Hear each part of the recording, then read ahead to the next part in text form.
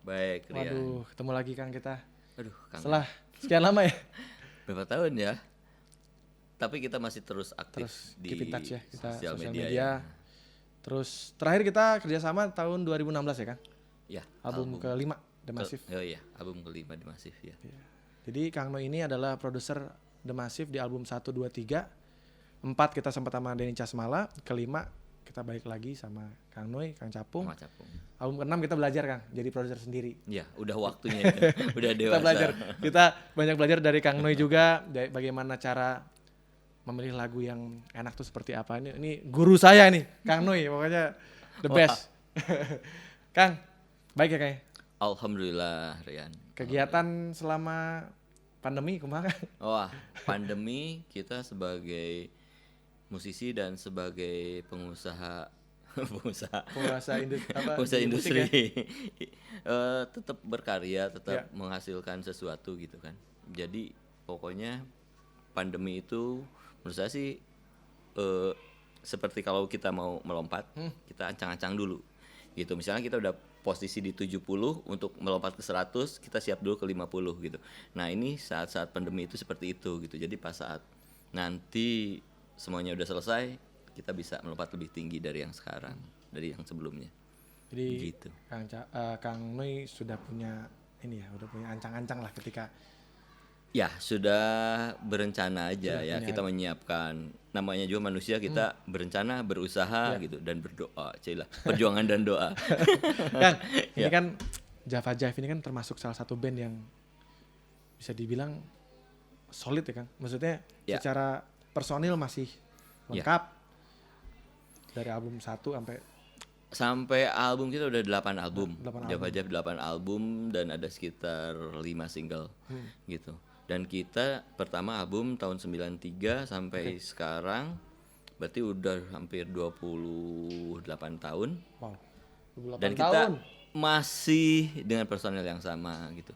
Dengan semangat yang intinya karena kita satu ini ya, satu semangat bahwa kita itu punya rumahnya itu Java Jive seperti itu. Apa yang membuat Java Jive itu solid? Karena nggak banyak loh Kang band-band yang mungkin yang satu era di sama Java Jive itu kan banyak juga yang bubar, ada yang ganti personil banyak banget, ganti vokalis dan lain. Tapi kenapa Java Jive bisa tetap dengan personil yang sama, dengan semangat yang Kang Noi tadi bilang? Ya. Jadi Java Jive itu emang punya satu, ya maksudnya punya rumah, kita punya rumah nih Java Jive.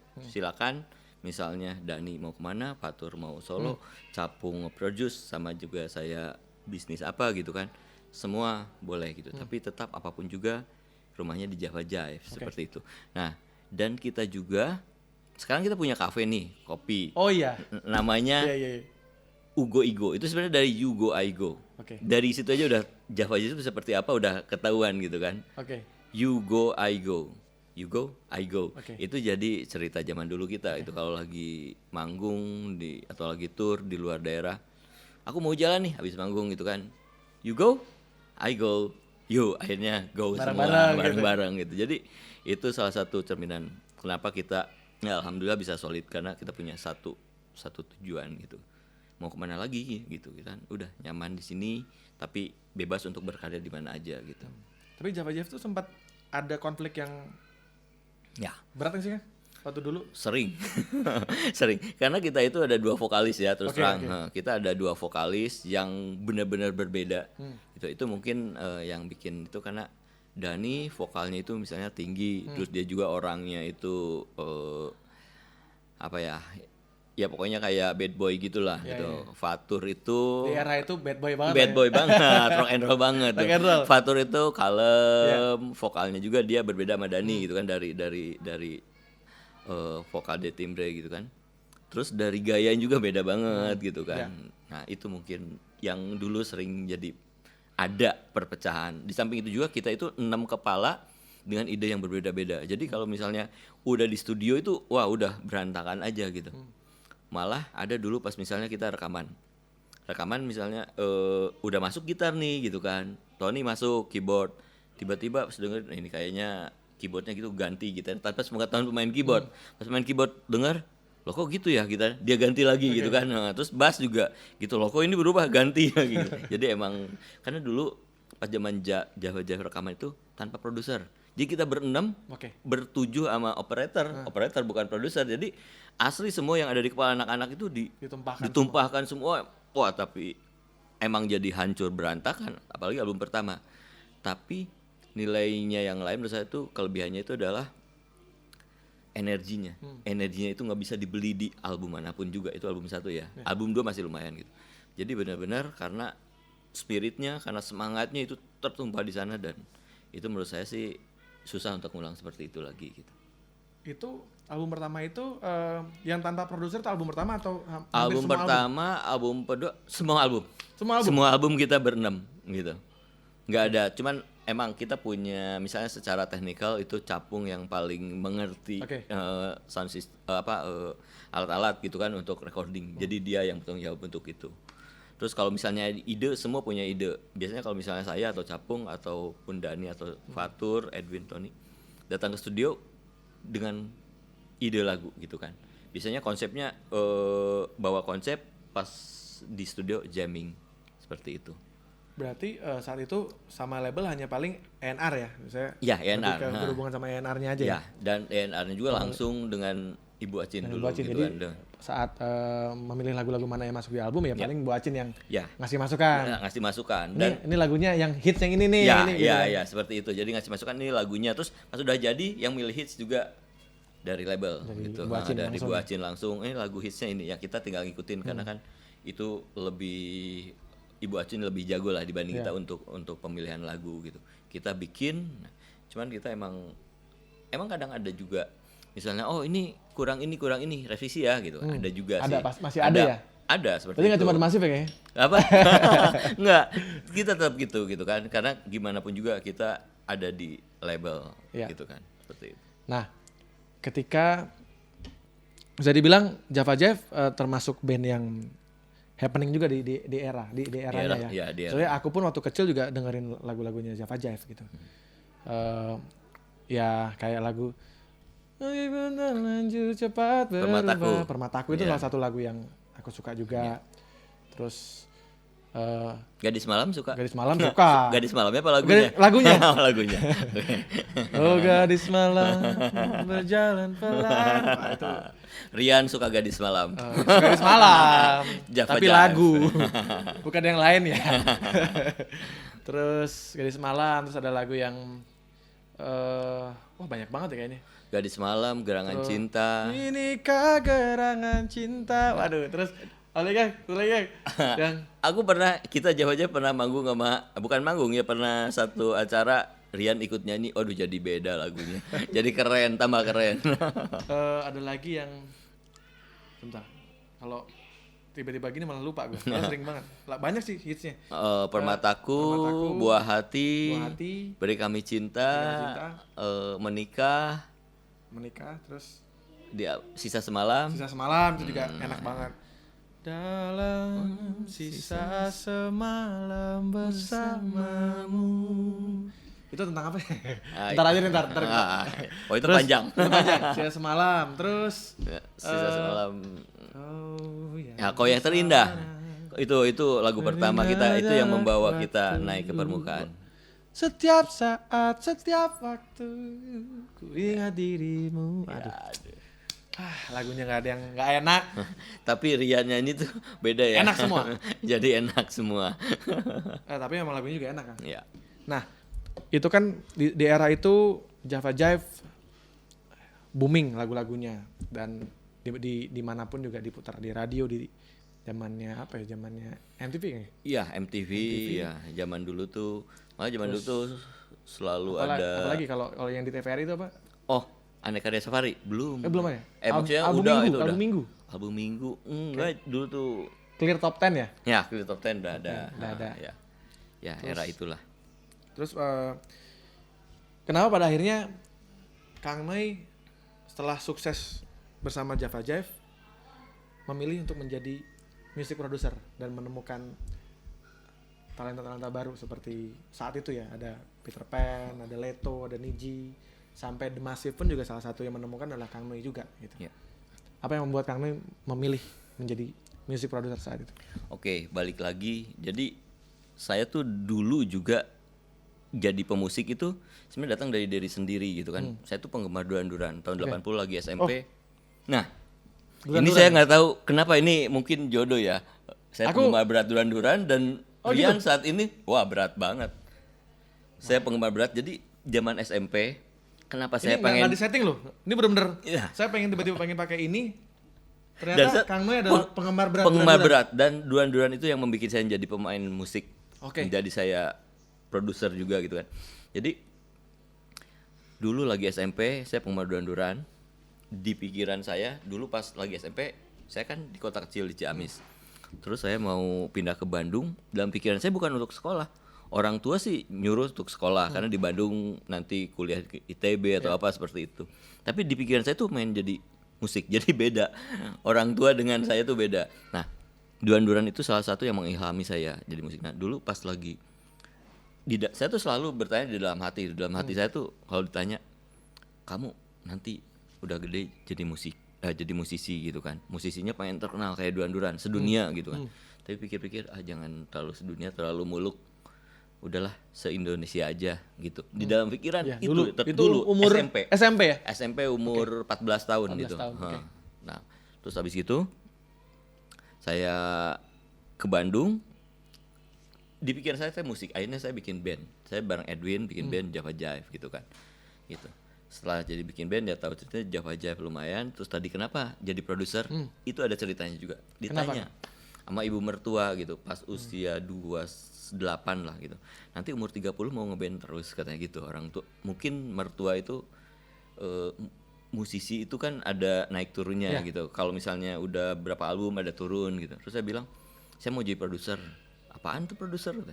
Ya saya akan mencari musisi-musisi muda untuk direkam gitu kan. Dan saya menjadi produser di situ, mengarahkannya, membuat mereka menjadi terkenal. Oh gitu ya, udah aja. Ternyata di umur 30 saya menjadi produser. Dan itu juga awalnya itu panjang ceritanya. Untuk menjadi produser tidak mudah gitu kan. Apalagi saat itu gitu kan.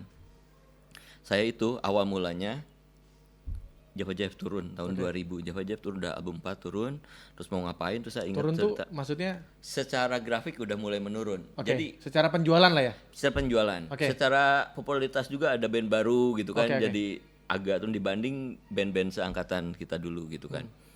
Nah, pas lagi turun gitu saya berpikir, ingat juga cerita sama mertua gitu kan. Saya tuh apa yang saya lakukan di ruang kerja saya, di studio kecil saya di rumah, saya liatin albumnya Indie Tensonic. Oke, Di Indie situ Tensonic. ada padi, ada coklat, ada kafein, ada wong gitu. Saya liatin, saya harus melakukan sesuatu di tahun ini. Itu tahun 2000 gitu kan. Tahun 99. Oke, 99. Tahun 99 saya harus melakukan ini gitu kan. Akhirnya tiba-tiba di kepala saya tring, saya harus bikin Indie Fame gitu kan. Jadi ada di Bandung itu dulu ada kafe namanya Fame. Fame. Tahu, Nah, saya pernah manggung di sana juga. pernah manggung di sana dan itu hype banget di Bandung gitu kan. Nah, terus kepikiran gitu saya bikin proposal, malamnya saya datang ke Jundi ketemu. Jundi saya mau ketemu, saya bilang gitu kan. Ngapain nih? Pokoknya Jundi saya ada yang, ide. yang YouTube banget itu. Ya, YouTube banget. Jundi itu ownernya Fame Di Fame. Station gitu kan. Saya datang, saya bikin ini, saya mau bikin album kompilasi indie band-band Fame. Wah, dia seneng. Gitu kan. Saya bilang saya mau bikin namanya Indie Fame. Oke. Itu Indie Fame. Oke, Jundi setuju. Jundi diem aja, saya yang kerja. Itu saya asli kerja sendirian. Ada 8 band Fame, saya panggil, terus saya kontrak, saya sama Jundi juga kontrak sama bagi hasil gitu. Terus Jundi nanya, terus gimana Noi ini? Tugas saya apa? Tugas kamu gimana supaya si kaset yang saya produksi, dulu produksinya kaset aja nggak ada CD, caranya laku gitu kan. Terus Jundi pikir, oh oke, bisa lah katanya. Udah dibikin di tahun 2000, selesai kan tahun 2000, tahun Kabisat. Februari tanggal 28 sama 29 4 band dan itu sold out. Gitu. Kasetnya sold out Kaset juga. sold out. Saya cetak Cetak berapa? waktu itu? 1200 itu sold out gitu kan. Saya cetak lagi setelah itu gitu. Sampai sekarang sih masih ada sisanya gitu. Boleh kan saya mau ya kalau Wah, ada. itu banyak orang minta malah. ya kalau buat saya itu titik tonggak saya jadi produser di situ gitu. Kenapa laku? Ya karena datang dan mereka emang pengen nonton si band-band yang biasa main di Fame itu punya masa sendiri gitu kan. Gitu. Akhirnya setelah itu banyak demo masuk ke saya. Termasuk Kafein gitu kan. Kafein saya tawarin ke label-label dan ke label yang dulu ternyata ditolak dan ternyata malah diterima sama label kecil. Dan cukup sukses. Setelah itu baru Bu Acin memanggil saya untuk Noi bikin kompilasi untuk Musika katanya gitu. Karena Musika belum punya artis baru nih setelah Java Jive, Kahitna, Bass Jam udah kurang produktif lagi seperti itu gitu. Nah, jadi saat itu Bu Acin memanggil Kang Noi memang karena sudah mendengar sepak terjang Kang Noi melahirkan album itu? Atau gimana? Dari Kafein sebenarnya. Yang kelihatan jelas itu Kafein. Kalau yang album pertama yang Indie 10 itu lebih Indie Fame itu lebih ke apa? Lebih ke banyak demo masuk ke saya. Demo masuk ke saya, setelah itu ada Kafein direkam. Kafein lumayan sukses dulu yang tuh. Kafein. Nah, itu dulu 350.000. Itu band pertama yang saya produserin dan saya manajerin. Wow. Gitu. Itu lagunya hits banget zaman itu ya. Hidupmu kan damaikan. Hidupku kan damaikan hatimu. Nah, itu. Terus sama yang kau yang telah pergi. Ya. Na. Ya, itu kan juga hits banget tuh zaman MTV lah gitu kan. Ya, itu zaman MTV. Nah, itu karena karena Kafein ya meledak albumnya di zaman itu akhirnya Bu Acin memanggil saya gitu kan untuk Noi bikinin kompilasi gitu kan ya. Terus saya bikin kompilasi dibantu sama Capung gitu kan, sama Icom dulu bertiga untuk bikin kompilasi itu gitu kan. Dan nama kompilasinya apa kan waktu itu Kang? Biar Kisah 2002 Malam. Milenial tahu. Ya itu tahun sebenarnya produksinya tahun 2001. Cuman karena dirilisnya 2002 jadi Kisah 2002 Malam. Awalnya Kisah 2001 Malam gitu kan. 1001 Malam. Gitu. Tapi karena rilisnya 2002 jadi 2000. Dan di sana ini ada cerita panjang juga. Saya udah dapat 10 band nih. Tiba-tiba ada satu band mengundurkan diri. Mengundurkan diri tinggal 9. Saya harus nyari satu lagi. Nah, pas lagi nyari satu lagi, Kafein main di salah satu kafe di Bandung. Sebut aja ya kafenya Sapu Lidi gitu di Ciamplas. Di Sapu Lidi karena ini bagian sejarah. Tiba-tiba ada band pembuka. Saya lihat siapa tuh Kang? Makanya cerita dulu. Ada keren banget. Vokalisnya yang saya paling itu vokalisnya pakai t-shirt putih, pakai jeans blue jeans kayak gini, pakai sepatu kets putih. Bawain lagu Vertical Horizon. Yang paling menarik hati saya itu dia bawain lagu Superman-nya si Five for Fighting. Five for Fighting. Itu menurut saya sih keren banget pas bawain lagu itu. Ini keren banget. Langsung saya cari siapa manajernya. Ada Bud punya demo? Ada Kang katanya 3 lagu. Itu ada 3 lagu tuh, Mimpi yang Sempurna, Kita Tertawa, sama satu lagi lupa, ada 3 lagu pokoknya dalam demo dalam kaset di demo 3 demo lagu itu. Terus saya dengerin, saya ambil ini ya gitu. Nah, ini ada cerita lucunya juga. Saya dengerin kan ke Capung sama Icom di mobil Panther. Dulu tuh ada mobil Panthernya belum lahir kan? Belum lahir ya, ada. Mobil Panther nggak tahu kayaknya. Dimasukin nih, dengerin, aku bilang ada lagu bagus nih, satu nih, dimasukin.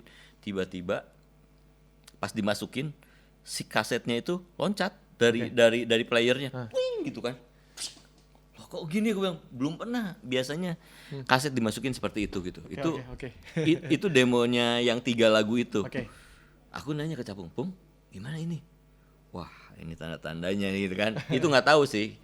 Terus dilatin juga, ada foto-foto kan, ada 10 band dilatin foto. Capung nanya, Noi kira-kira menurut kamu mana? Wah, nggak tahu, feeling saya mah ini nih, ada poster mereka berendam tuh. Beda aja gitu kan, kelihatan.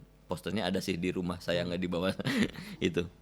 Masih nyimpan ya? Masih nyimpan, gitu. Itu yang foto kan biasa kalau dulu demo fotonya dong gitu. Nah, ada fotonya itu dijejerin 10 bandnya itu.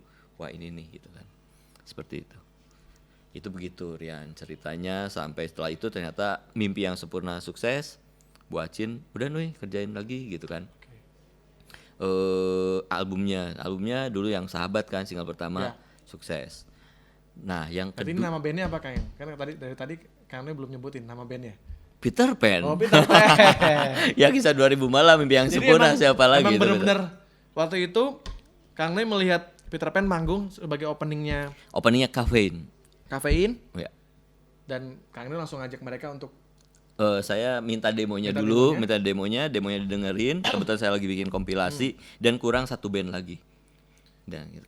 Coba jadi ada 10 band. 10 band. Yang satu ini keluar satu, saya nyari satu lagi. Saya saya sambil nyari, tapi ternyata ini ada yang nyamperin pas saya lagi nyantai. Saya lagi kan saya manajernya Kafein juga kan, manajer produser Kafein. Jadi di mana Kafein manggung saya ikut gitu kan. Gitu deh ternyata. Malah menemukan band yang terakhir masuk. Ya, malah itu yang dipilih yang gitu dipilih kan. Jadi single pertama Mimpi yang sempurna. Iya. Dulu waktu itu tahun 2002 berarti ya. Rilisnya 2002. Aku berarti masih SMP kelas 3. Mungkinkah? Nah, itu kan di mana-mana lagu itu ya, pengamen. Kan berarti kan dulu meledaknya karena setiap pengamen bawain lagu itu kan. Ya. Malah itu dulu jadi strategi kita ke album berikutnya atau single berikutnya gitu kan. Setiap ada lagu baru coba tes dulu di pengamen. Kalau misalnya di pengamen naik berarti lagu itu bakal jadi hits. Karena lagunya kan progresi chordnya juga, circle-nya juga ya gitu-gitu aja kan, muter gitu kan, gampang. Dan memang saat itu akhirnya lagu itu malah jadi lagu yang dinyanyiin sama banyak orang ya. Iya, sampai anak-anak kecil juga gitu kan. Dan jujur saya waktu denger itu akhirnya saya menunggu albumnya Peter Pan saat itu. Iya. Makanya pas dengerin Mimpi yang Sempurna, pas rilis lagu Sahabat tuh beda banget. Iya, beda banget ya. Karena cara nyanyinya beda. Iya. Lebih tebal, lebih antara Creed dan Eddie Vedder lah. Iya, Eddie Vedder ya. Pearl Jam ya maksudnya. Pearl Jam, ya. Suasananya diubah gitu. Karena di lagu Mimpi yang Sempurna kan memang lebih enteng ya. Nyanyinya juga lebih enteng. Light gitu ya. Ya, seperti itu. Di zaman itu kan 10 band itu siapa aja kan kalau boleh tahu? 10 band itu yang akhirnya naik siapa aja? Nggak ada. Jadi cuma satu itu aja? Satu itu aja. Cuma Peter Pan. Jadi ya, sebenarnya kita bikin ada satu band lagi yang wah ini kayaknya bolehlah kita coba gitu kan. Tapi ternyata kurang beruntung gitu kan. Akhirnya udahlah kata Bu Acin, Nuy langsung aja bikin album pertamanya gitu kan. Gitu. Album pertama lumayan sukses juga kan karena emang udah ditunggu. Nah, untuk album yang kedua ini ceritanya lebih panjang lagi dan itu adalah album yang paling sukses di antara Peter Pan ya. Sampai 3 juta kopi ya? Ya, 4 juta kopi. Itu fisik ya. Oke, fisik. Jadi zaman itu emang dulu itu emang ada beberapa band yang melewati jutaan kan. Mungkin ada Dewa, ada Padi, terus Sheila on 7. Nah, ada Jamrud dan ada Peter Pan gitu, saat itu. Itu ada apa denganmu kan? Ya. Nah, itu pas proses mau rilis berapa bulan lagi, sementara kita baru dapat 3 lagu. Oke. Sebagai produser kita ngumpul lagu baru dapat 3 lagu, mesti rilis 2 bulan lagi. Sebenarnya itu ajaib juga kerjanya. Akhirnya kita punya ide, udah anak-anak dikumpulin aja di Villa Istana Bunga selama 2 minggu. Ternyata baru dapat 1 lagu. Jadi cuma 4 lagu selama 2 minggu. Jadi 4 lagu. Setelah itu udahlah masuk studio aja gitu kan. Aku rembukan sama Capung. Udah masuk studio aja. Tapi jam 10 sampai jam 5 kita recording. Istirahat abis maghrib nyari lagu baru gitu kan. Jadi kita kerja benar-benar sampai 12 jam gitu. Malah 14 jam gitu. Pokoknya sampai dapat lagu dan akhirnya terpenuhi 10 lagu. Gitu di saat-saat mendesak gitu. Belum lagi udah dipublikasikan bahwa rilis album tanggal segini. Padahal kita belum apa-apa gitu. Jadi terus ada yang tour dulu 1 hari 5 kota apa 6 kota yang album itu kan rilisnya itu. Launchingnya itu gila banget. Kita malamnya baru beres take vokal lagu terakhir. Gitu. Itu emang ajaib juga ajaib, ya. Dan gila. Malah jadi album yang paling banyak dibeli orang saat itu. Ya, saat itu fenomenal banget sih gitu. Nah, Kang. Ini mungkin kita juga nggak bisa terlalu lama kan. Oh iya. Ya, kita tahu Kang Noy menemukan Peter Pan, terus sampai akhirnya Niji, Leto. The Massive. The Massive. Nah, aku mau ngebahas soal The Massive.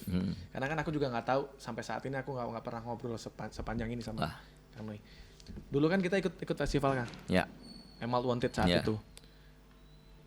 Apa yang ada dalam pikiran Kang Noi saat itu? Kenapa memilih kita di antara ribuan band yang mendaftar? Ya, dengan proses yang cukup panjang ya. Iya. Kita ada tour bersama band-band Rising Star saat itu, ada termasuk ada Peter Pan, ada siapa lagi ya? Ada Ungu, ada Naf ya saat itu ya. Saat itu apa yang Kang Noi lihat dari kita? Karena aku pikir ya kita sih dulu yakin menang aja sih, karena memang mungkin secara band kita dari 2003 kita memang rutin ikut festival, tapi kita nggak pernah tahu apa yang membuat kita tuh kepilih saat itu. Ya, itulah di Emerald Wanted itu emang dulu tuh kita mencari band yang cita-citanya maksudnya tuh visinya pengen cari band yang bisa sukses di rekaman. Jadi bukan cuma festival aja gitu. Meskipun pada saatnya jadi yang kita fokusin itu ada pertama band yang punya lagu, band yang punya vokalis yang karakternya keren, band yang secara manggung juga oke gitu. Mereka secara skill oke gitu, secara performa panggung oke, secara kekompakan juga oke gitu kan. Itu harus dapat semuanya gitu. Dan itu kita keliling di 10 kota kan, saya ingat. Dan saya pas lagi lagi keliling juga saya langsung ketemu gitu kan sama The Massive. Ini saya ini anak The Massive, ngobrol gitu kan. Nah, pas lagi saat final juga yang menang di Jakarta ada The Massive gitu kan. Di samping band-band yang lain. Cuman yang paling memenuhi kriteria tadi itu buat saya pribadi juga yang saya ungkapkan ke teman-teman juri yang lain. Kalau nggak salah ada Krisna, ada Abdi, ada Mas Koko, almarhum Mas Krisna Sadra, Mas Koko Deteksi, Abdi Sleng gitu kan, sama Bu Acin kalau nggak salah ya. Nah itu kriteria itu ada di The Massive semua gitu, dan saya bilang The Massive itu yang paling pas gitu kan untuk menangkan itu dari semua kriteria itu masuk. Nah saya paling ingat The Massive itu pas abis menang saya kasih selamat kan di belakang panggung di backstage. Yang pas regional ya? Ya enggak, pas udah final. Saya ingat langsung yang saya omongan saya selalu terngiang, mungkin agak sok tahu dan sok ini juga, saya malu sendiri juga kalau sekarang ngomong, saya bilang kalian tuh hebat, kalian bagus, kalian keren. Tapi kalian punya jati diri sendiri dong, gue bilang gitu. Saya ingat banget itu, karena saya dulu di pikiran saya ngelihat dari penampilan dari emang niat banget gitu kan. Tapi kalau menurut saya sih dulu itu kelihatan seperti meniru band yang lain gitu. Makanya saya itu yang sebut paling aja kan, apa? Saya sih melihat seperti J-Rock dulu saat itu. Saya melihat dandanan The Massive itu seperti J-Rock. Terus terang saya seperti rambutnya merah, rambut merah, baju gitu kan. Jadi saya seperti melihat J-Rock ikutan Massive. Tapi kalau secara main, secara vokalis Rian, secara kekompakan The Massive top banget saat itu. Dan satu lagi buat The Massive, catatan buat saya, di samping Rian punya karakter vokal yang menurut saya sih boleh disamain kan dengan legend. Waduh, saya nggak berani ngomong gitu. Antara Kang Noi aja. Kalau saya sih melihat kualitas ciri Rian itu, ini benar bukan karena saya memuji atau itu, saya mah emang ngomong selalu seadanya gitu, Bu. Seperti Mas Krisya almarhum, karena saya juga dekat sama beliau, pernah konser bareng sama Java Jive, tour bareng sama Java Jive. Saya tahu pribadi beliau dan cara nyanyi beliau. Saya pernah satu lagu Peter Pan tuh bareng sama beliau. Nah, kalau saya sih ngeliat seperti itu. Jadi nyanyi itu benar-benar tulus, benar-benar apa adanya. Tapi begitu dengar tuh udah langsung enak aja gitu. Itu yang dari Rian ya.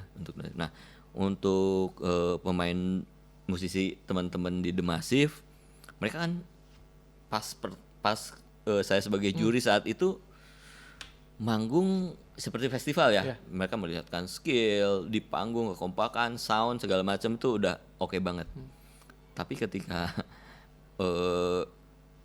feeling kita bahwa lagu yang enak, asik itu seperti ini gitu kan. Coba dong bikin lagu yang seperti begini gitu kan. Ya itu dulu sebagai label begitu ya gitu kan. Bu Acin juga begitu gitu kan. Dan dalam waktu dulu saya ingat store lagu itu sekitar udah banyak, udah 20 lagu. Kita masih minta. Lebih Enggak, awal iya. Perasaan awal tuh 20 lagu dulu. Tapi cuma diambil 2 atau 3 gitu. Iya, tapi kita minta lagi kan, Iya. bikin lagi sampai mungkin ada 40 atau 40 lagu. Saya ingat banget 40 lagu gitu kan.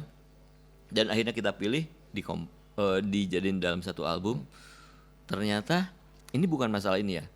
Nggak semua band seperti The Massive gitu kan, dengan skill, dengan kemampuan yang menurut saya sih di atas rata-rata jauh gitu kan. Tapi mereka membawain lagu-lagu yang itu dengan tulus gitu kan. Beda rasanya kalau misalnya bawain lagu yang jauh di awal kan saya tahu progresif gitu. Tapi ternyata bawain lagu pop yang mungkin sebagian orang mungkin menganggap lagu menye lagu apa gitu. Tapi kayak The Massive nggak berpikir apa lu, enggak gitu, murni aja dengan tulus aja nyanyiin, bawain gitu kan. Akhirnya bener karya-karyanya kan udah enak aja gitu. Itu karena bener-bener tulus. Jadi itu intinya tuh The Massive itu tulus menurut saya.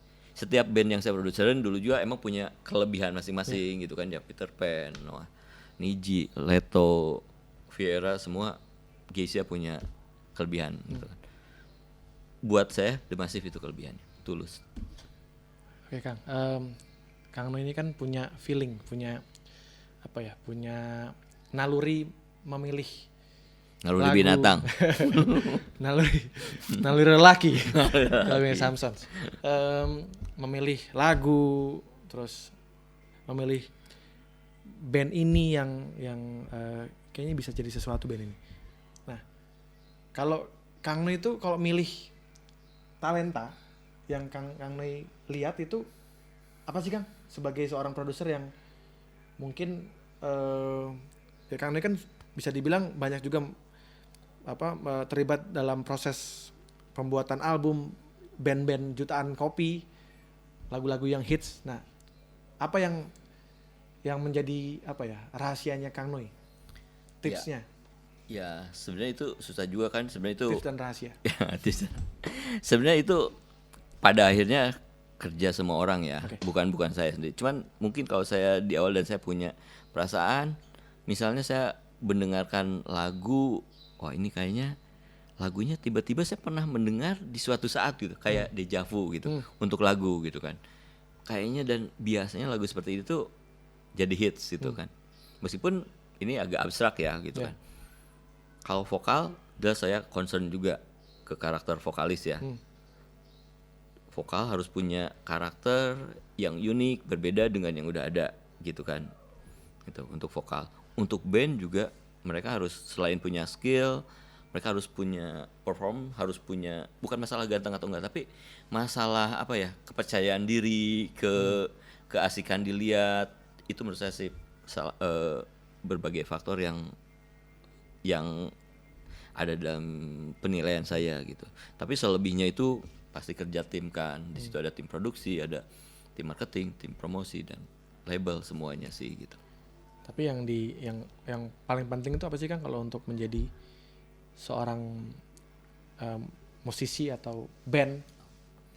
Soul dulu sih menurut saya sih gitu. Emang harus, mungkin orang lain berkata harus jujur atau apa ya, maksudnya harus semua itu dengan hati itu. Jadi sebenarnya bukan cuma musik aja ya, semua pekerjaan kalau kita lakukan dengan hati, terus dengan terus menerus kita percaya bahwa ini akan menjadi sukses, menurut saya sih harus dijalankan. Jadi intinya itu hati gitu kan. Begitu ya buat musisi-musisi begitu. Oke, ini kan sekarang sudah eranya udah sangat berubah ya Kang ya. Kita mungkin aku sama Kang ini sempat merasakan era fisik juga. Terus berubah ke digital. Terus industrinya saat itu bisa dibilang mungkin kalau dibilang seragam iya juga, karena di zaman itu pernah ada di era band-band alternatif, band pop alternatif. Tiba-tiba ada satu era di mana Melayu menjadi menjadi highlight di industri saat itu. Terus ada era boy band. Menurut Kang Noy di era sekarang perlu nggak sih kita ada di sebuah label besar gitu. Karena kita lihat juga di zaman sekarang kayaknya lebih bebas ya. Maksudnya banyak sekali musik-musik yang mungkin dulu kita anggap itu nggak nggak mainstream lah gitu. Maksudnya aneh atau apa. Tapi sekarang justru lagu-lagu yang kita anggap dulu non mainstream tapi malah naik gitu. Nah, menurut kamu gimana? Ya, eranya sebenarnya sekarang udah berubah ya gitu kan. Jadi kalau zaman dulu kita berkarya nih, kita udah jadi karya, udah misalnya udah rekaman, udah mixing, udah jadi master, kita bingung mau dikemanain gitu. Kalau sekarang udah produksi juga atau berkarya bisa di rumah atau di kamar gitu kan.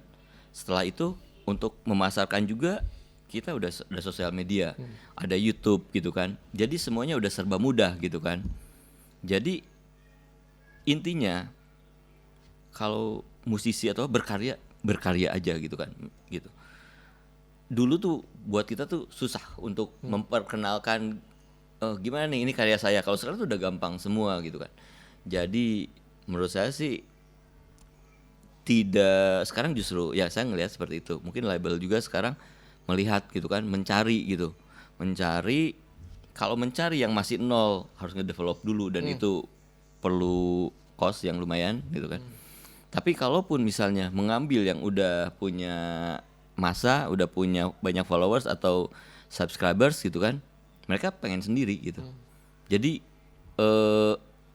susah gitu untuk sekarang gitu. Jadi akhirnya mungkin kalau label mempunyai ya keleluasan untuk dana untuk apa gitu. Jadi tinggal dilihat kepentingannya aja, apa keperluannya aja gitu. Jadi mungkin ada yang bisa sendiri, ada yang masih perlu bekerja sama gitu kan dengan label yang besar gitu. Seperti itu, atau cukup dengan membentuk manajemen sendiri. Ya. Tapi yang distribusinya mungkin ya distribusinya nitip di mana karena sekarang udah banyak agregator gitu kayak gitu. Jadi menurut saya sih apapun bisa dilakukan sekarang gitu. Kalau dulu kan mungkin ada indie label, ada label, sekarang major label. udah major label, sekarang semuanya udah sama. Dan genre musik juga beda-beda sekarang. Orang dikasih banyak pilihan apapun. Ada segmennya masing-masing. Segmennya masing-masing dan tinggal kita pelihara aja segmennya itu, komunitasnya itu. Begitu sih menurut Karena saya. yang sekarang yang metal pun punya masa sendiri, ya, yang punk punya masa sendiri, gitu kan. Ya. Yang folk juga sama, pop, dangdut bahkan. Dangdut juga gitu kan. Ya. Nah, Kang,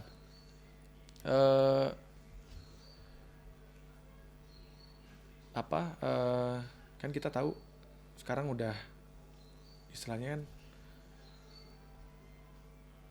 musisi udah jalan sendiri semua nih, sudah bisa jalan sendiri, dia bisa punya dia cukup kerjasama dengan agregator dan lain-lain, itu udah bisa rilis. Kalau menurut Kang Noi, apa yang positif negatifnya? Positif ketika bersama label atau ya mungkin mungkin kan banyak sekali anak-anak muda sekarang yang kebingungan gitu. Gue perlu kesini nggak ya atau gimana gitu.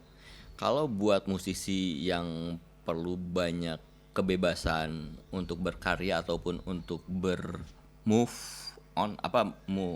bergerak gitu kan, menurut saya sih sendiri itu lebih di era sekarang ya lebih enak gitu seperti itu, karena apapun juga bisa ambil putusan sendiri mau ini, jadi lebih cepat gitu.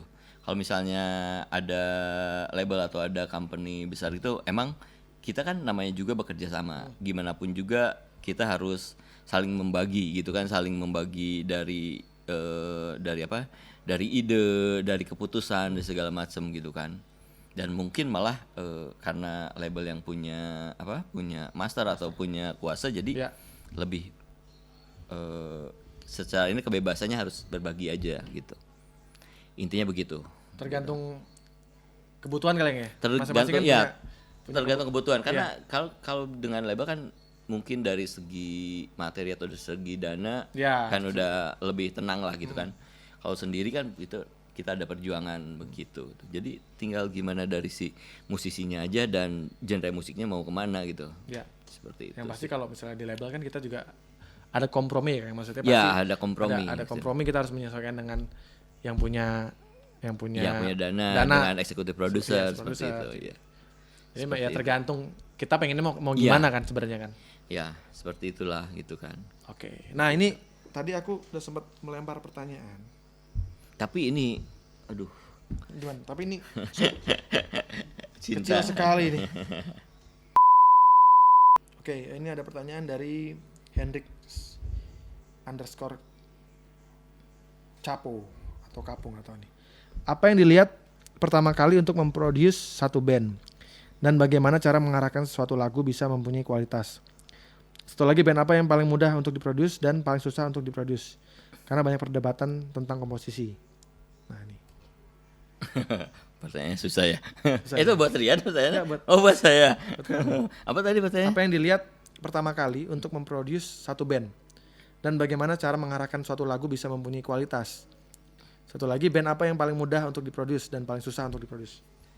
Oke, untuk pertanyaan nomor 1 yang pertama kali dilihat adalah talenta si talent ya, namanya juga talent, berarti talenta yang kita lihat gitu kan, gitu ya. Talenta dia kalau misalnya dia vokalis ya karakter vokalnya, terus nyanyinya seperti apa, terus kalau misalnya band ya secara keseluruhan mereka punya lagu seperti gimana, terus bandnya juga punya tingkat bermusiknya seperti apa, kekompakannya seperti apa gitu talenta intinya sih, talenta dan keseriusan mereka bermusik gitu. Itu. Nah, tadi yang kedua mengarahkan satu lagu bisa mempunyai kualitas, cara mengarahkan. Sebenarnya menurut aku sih lagu itu udah punya kekuatan sendiri sih ya. Kita sih yang produksi itu mungkin kalau saya jawab lebih lebih memoles-moles lah gitu kan. Misalnya ada lirik yang kayaknya kurang gitu. Jadi lebih ke supervisi, karena gimana pun juga menurut saya sih lagu itu udah punya kekuatan. Nah, tinggal untuk musik sebenarnya menurut saya juga itu bisa belakangan kita mau seperti apa gitu musiknya. Yang penting adalah lagu itu punya kekuatan, vokalis itu punya kemampuan atau punya rasa untuk mengenak-enak lagu, musisi juga bisa memoles atau lagunya menjadi lebih keren gitu. Begitu sih. Oke, tadi band apa yang paling susah, yang paling mudah dan paling susah diproduce?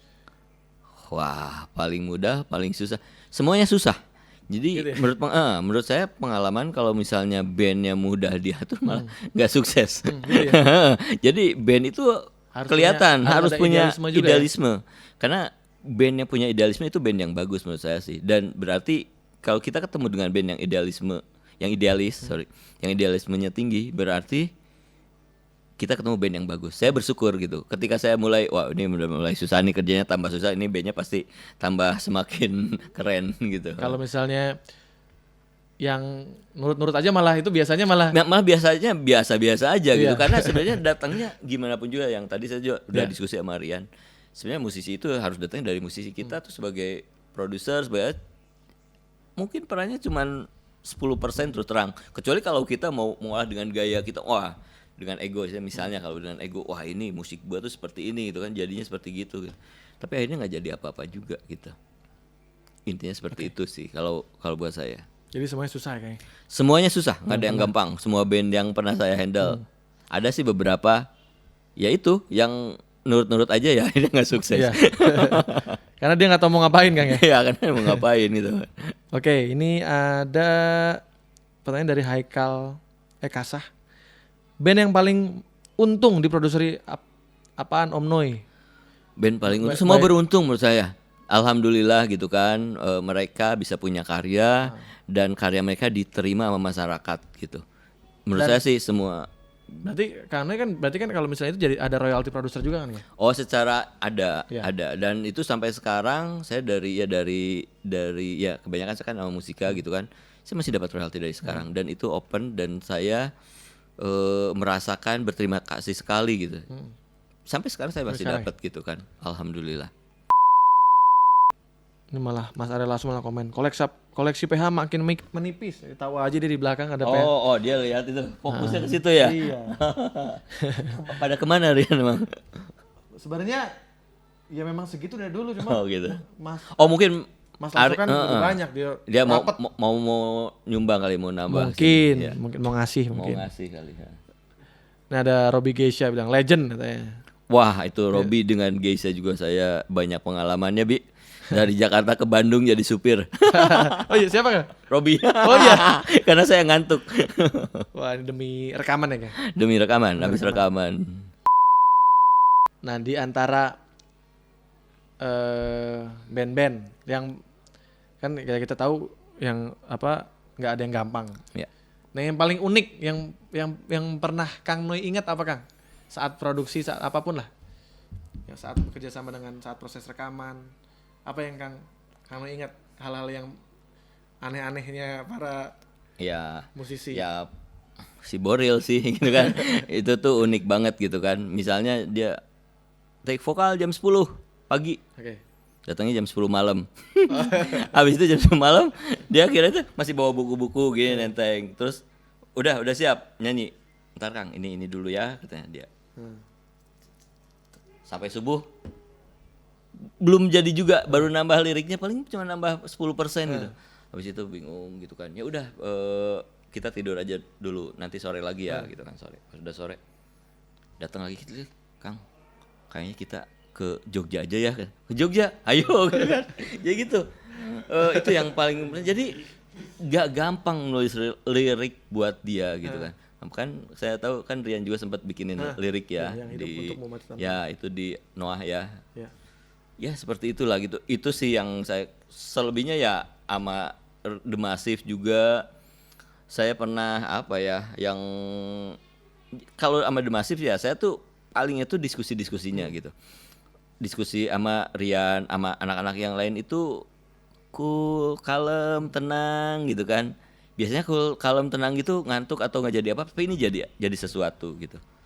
Itu kalau sama The Massive. Kalau sama ini kan Niji, wah Niji itu kan anak-anaknya semangat semua tuh, gitu kan semua. Nah pas untuk workshop yang album pertama tuh, udah kita workshop di mana di tempatnya si Ade di si Rama di Menteng. Dulu di studionya yang kecil tuh dulu untuk apa workshop sempat di situ gitu. Itu yang saya ingat gitu kan. Tapi anak-anak itu saya lihat sih semangatnya gitu. Ya beda kan kalau The Massive cool. Jadi kalau mereka tuh berapi-api semangat gitu kan. Masing-masing karakternya beda-beda kan? Karakter beda-beda. Jadi saya juga kalau sama Niji jadi wah semangat gitu kan. Sama The Massive ya cool gitu kan. Sama Peter Pan ya ngikutin kemana ayo gitu kan. Terus sama Leto. Sama Leto tuh gila tuh. Kalau sama Leto tuh si Noe itu namanya sih hampir sama dengan saya kan, cuman dia kurang Y1 ya. Kemarin gitu. tuh dikira aja siapa? Gue mau datang dong. Noe Leto gitu. Itu sering. Bukan, itu Kang Noe. Ya emang produser sering kebalik gitu kan. Basisnya Java Jive. Oh iya. Itu emang setiap rekaman saya sama Capung itu 2 minggu udah di Jogja gitu kan. Jadi sama rekaman itu dari pagi sampai sore itu bukan rekaman di studio gimana, enggak. Lebih banyak diskusi musik ini gimana gitu kan, terus ya paling workshop ngejam gitu kan. Pas kita mau take kita disuruh pulang gitu. Suruh pulang iya itu jadi take itu mereka sendiri gitu kan. Jadi lebih banyak siang itu diskusi ini musik ini gimana gitu. Itu 2 minggu tuh gitu kerjanya gitu, tapi beres. Satu album itu 2 minggu beres. Mungkin kelihatannya udah ada persiapan juga sebelumnya mungkin pakai ini apa materi yang udah ada misalnya gitu. Tapi Leto tuh seperti itu gitu proses kerjanya. Tapi gila tuh mereka anak-anak lucu. Band yang terlucu gitu kalau Leto lucu itu. Ya? Lucu. Lagunya serius semua kayaknya. Lagunya serius tapi lucu. Malah banyak permainan game apa gitu di mereka yang konyol-konyol gitu. Gitu. Terus kalau Geisha ya itu. Geisha anak-anaknya semua romantis. Wah, romantis ya. Benar itu tuh asli kalau saya lihat itu. Terus Momo itu karena saya pegang yang Momo ya dulu. Gila banget dia sih gitu kan. Kalau sama dia saya tuh paling selalu take vokal selalu ada bareng Momo terus gitu kan. Karena saya merasa apa ya? Dengar lagunya, ngenak-enakin lagunya, cara nyanyinya dia tuh asik gitu kan. Ya, bersyukurlah kita bekerja sama dengan musisi-musisi yang talented seperti teman-teman semua ini. Dari zaman kalau ini Viera kan? Viera itu buka jangan di sini ya. Nggak apa-apa. Ini YouTube kan, kalau YouTube bebas aja. Kalau Widi itu nangis take vokal. Oh iya. Kenapa? Ya nggak tahu lah. Malah nggak, ini nggak akan sebutin ceritanya dulu. Sebenarnya wah ini ada rahasia sih. tapi ini maksudnya Widi itu gitu kan, buatin dengerin gitu kan. Noy, ini gimana demo Viera? Bandnya apa Viera? Oh, anaknya ADMS katanya. Wah Bu, ini oke banget gitu kan. Vokalnya Widi itu karakter banget. Lagu Viera kalau bukan Widi yang nyanyi menurut saya sih berbeda dan hasilnya tidak sebagus sekarang. Begitu. Jadi Widi itu punya karakter yang ajaib. Tapi unik juga orangnya. Unik, ya seunik itu, vokalnya seunik orangnya gitu kan.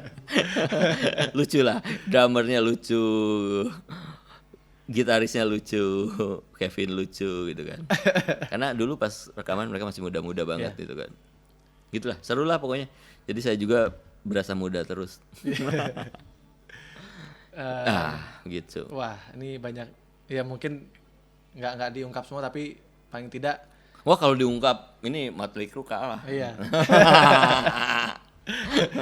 Apa paling enggak ada cerita yang bisa di share ke anak-anak sekarang bahwa setiap proses itu punya ceritanya masing-masing saat rekaman, ada ceritanya, dan nggak gampang juga ya untuk melahirkan sebuah karya itu juga nggak mudah ya Kang. Iya, intinya sih dari semua karya itu adalah proses gitu kan. Semakin kita sabar menjalani proses, menurut saya semakin keren hasilnya gitu, semakin dalam isinya gitu, semakin dalam karyanya gitu. Oke Kang Noy, terima kasih banyak waktunya. Terima kasih. Semoga rencana-rencananya semuanya berjalan lancar ke depan. Amin, di 2021 amin. Semakin sukses. Amin. Dan saya pengen bilang sesuatu bahwa aku belajar dari Kang Noy itu adalah bagaimana kita memilih sebuah lagu. Nah, aku tuh banyak banget ilmu dari Kang Noy itu. Seperti apa nih Rian? Contoh. Saya sih nggak, mungkin terus saya nggak ngerti gimana kita. Mungkin Rian menilainya seperti apa jadi gitu. Nggak tahu aku. Kalau menurut aku ya Kang Noy itu bisa memilih lagu enak yang kita tuh nggak kepikiran gitu. Karena ya kayak contoh dulu ya album pertama misalnya, Di Antara Kalian, Cinta Yang Menunggu itu kan sebenarnya aku tidak pernah berpikir itu lagu yang enak gitu. Ya aku bikin aja kan. Yeah. Tapi Kang Noy dan Kang Capung saat itu sama Bu Acin juga memilih lagu itu. Yeah. Ya sampai saat ini sih formula itu masih tetap kita pakai ya sampai sekarang. Jadi saya sebagai band yang pernah diproduksi mau ucapkan terima kasih banyak Kang. Sama-sama. Atas ilmunya, atas atas energi yang selalu Kang Noy kasih setiap kita berproses. Seru kan kita selalu diskusi milih lagu yang mana. Berantem. Ya tapi menurut saya sih sebenarnya Rian, saya itu banyak belajar dari kalian gitu. Maksudnya dari band-band yang pernah saya kerjasama gitu. Itu berarti banget sih buat saya sih. Siap Kang. Terima kasih Kang. Dadah. Kang, punya ini nggak? Punya channel YouTube nggak atau apa? Channel YouTube IG kali ya. YouTube ada channel Nui Music. Cuman saya belum aktif ya. Oke. Nanti Nah, saya semoga aktif. bisa segera aktif. Ya, ini saya terpancing nih Maria harus aktif. Karena memang kita, kalau aku sih sebenarnya kan kalau kayak gini lebih ke pendokumentasian ya sebenarnya. Ya. Karena mungkin aku sih nggak berharap AdSense sebenarnya, tapi lebih ke mendokumentasikan sejarah. Ya. Kayak gini-gini kan mungkin 10 tahun, 20 tahun lagi akan jadi satu hal yang berharga ya. Cerita-ceritanya akan sangat berharga nantinya. Oke, siap. Siap.